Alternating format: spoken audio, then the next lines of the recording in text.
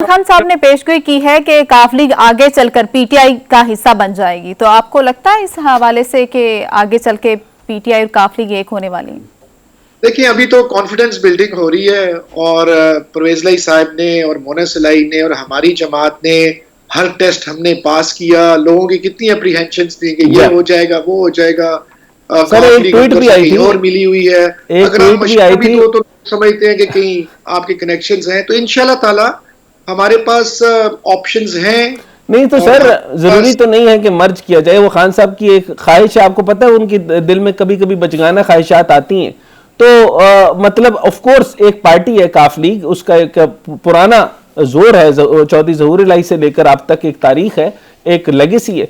तो जाहिर सी बात है इंडिपेंडेंट रहते हुए भी आप उनके साथ बड़े कोलिशन के साथ बड़ी अच्छी गवर्नमेंट मेंटेन कर सकते हैं। और एक आप भी अब आने वाले गुजरात में इलेक्शन लड़ेंगे, बेस्ट ऑफ लक।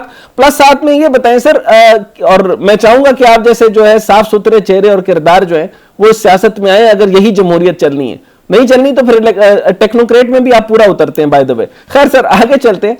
ये बताएं सर, परवेज इलाही साहब जो हैं वो एमक्यूएम को इनके साथ खान साहब से बिठाकर कुछ रैशनल यानी अकलियत पर कोई समझौता करवाएंगे, नहीं करवाएंगे? देखिए, जब अपना पहली तो बात यह है जो अभी आपने बात की कि पीटीआई में मर्ज होने की बात की काफ की। देखिए, हमारे पास एक और ऑप्शन ये है सर कि चूंकि काफ लीग स्प्लिट है, चौधरी शुजात हुसैन और चौधरी परवेज इलाही में काफ लीग स्प्लिट है और काफ लीग के सदर जो है वो चौधरी शुजात हुसैन है, रजिस्टर्ड है ये पार्टी। तो अब हमारे पास ऑप्शन ये है कि हम एक नई पार्टी रजिस्टर कर लें। ओके ओके, वेरी अच्छा, रजिस्टर होगी हुई है हमारी। ओके, क्योंकि अगर हम एक पेज पे नहीं है चौधरी शुजात साहब के साथ, तो साहब अच्छा मेरी लास्ट क्वेश्चन सर मिस हो जाएगा।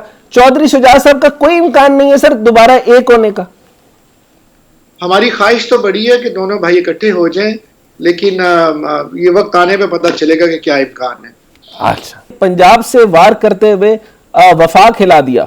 वफाक में अब इस हालत में आ गए कि सदर अलवी साहब जो हैं वो मुमकिन है वजीर आजम शहबाज शरीफ साहब से कहें कि अब आप एतमाद का वोट लें। बड़ा अच्छा किया, लेकिन साथ में एक इंपॉर्टेंट सवाल करने लगा हूं सर। राना सनाउल्लाह साहब ने वजाहतें दी हैं नवाज शरीफ साहब को, और उन्होंने कहा कि हुक्मरान इत्तेहाद के 5 नाराज अरकान को परवेज इलाही साहब ने आखिरी लम्हात में मनाने में कामयाब हो गए। ये क्या सर अंदर की कहानी है? और प्लस वो ये कहते हैं कि मोना सलाई साहब को आते गिरफ्तार करेंगे, ये क्या तरीकाकार है?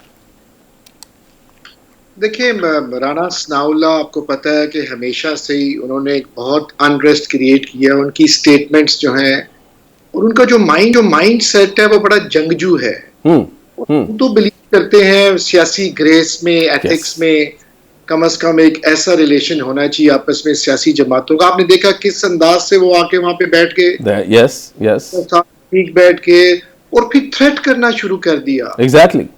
और फिर अजीब सी लैंग्वेज इस्तेमाल करते हैं वो। और फिर उन्होंने वहां पे पंजाब असेंबली में घुसने की कोशिश की, जो कि ठीक है वो आ गए, फिर अता तारड़ वाला इशू हुआ। तो ये इन्होंने पहले दिन से, जब से वोट ऑफ कॉन्फिडेंस का कहा गया, तो इन्होंने कहा कि जी 12 बंदे इनके शॉर्ट हैं, इनको तो एतमाद इनके पास है ही नहीं है। नेगेटिव प्रोपेगेंडा की इंतहा की और इन्होंने अंडर एस्टिमेट किया चौधरी।